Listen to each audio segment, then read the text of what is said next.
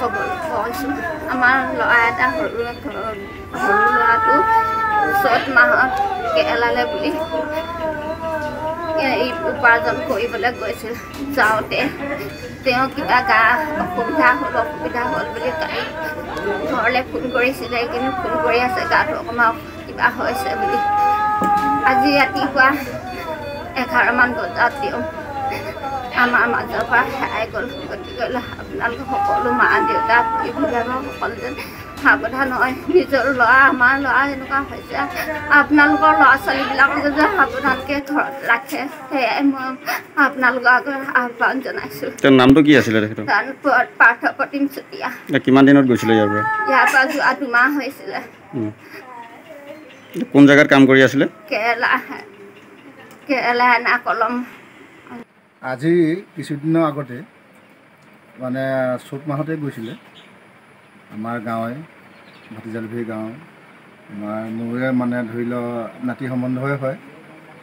আৰু তেখেতে মানে ঘৰৰ অৱস্থা শোচনীয় হেতুকে ইয়াত চলিব নোৱাৰি মানে কেৰেলালৈ যাবৰ কাৰণে দেউতাকৰ পৰা অনুমতি ল'লে, লৈ পিনি গ'ল। যোৱাৰ পাছত তেতিয়াৰ পৰা ভালেই চলি আছিলে। আৰু আজি 5 দিনমানৰ আগতে তেওঁ জ্বৰ হৈছে বুলি ঘৰলৈ খবৰ কৰিছে। আৰু মানে ঘৰলৈ খবৰ কৰাত মাক দেউতাকে খা খবৰ লৈ আছে, সুধি আছে। আৰু ইতিমধ্যে কেৰেলাৰ এৰ্নাকুলম মেডিকেলত তাতে তাৰমানে তেওঁ ভৰ্তি কৰোৱালে। আৰু ভৰ্তি কৰোৱাৰ পাছত মানে ধৰি লওক আজি হঠাৎ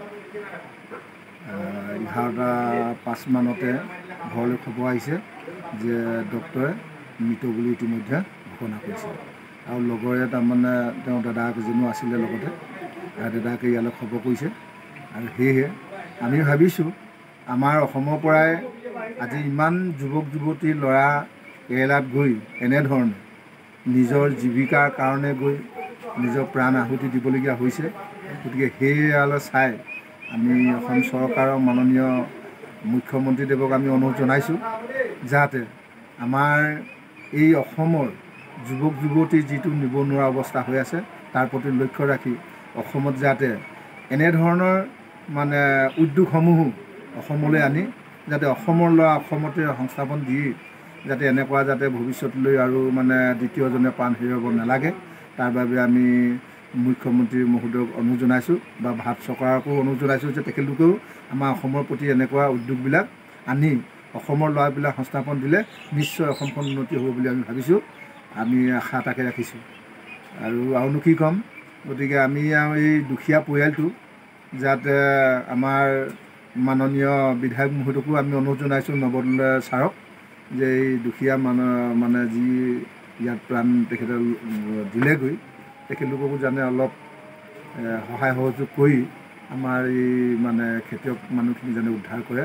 তাৰ এতিয়া খৰটো আনিবলৈওতো তাৰ পৰা এতিয়া খেতিয়ক মানুহে কি কৰিব, তথাপিতো নিজৰ দাদাক ইয়াৰ পৰা গৈছে, কিন্তু তাত পোৱাগৈই নাই।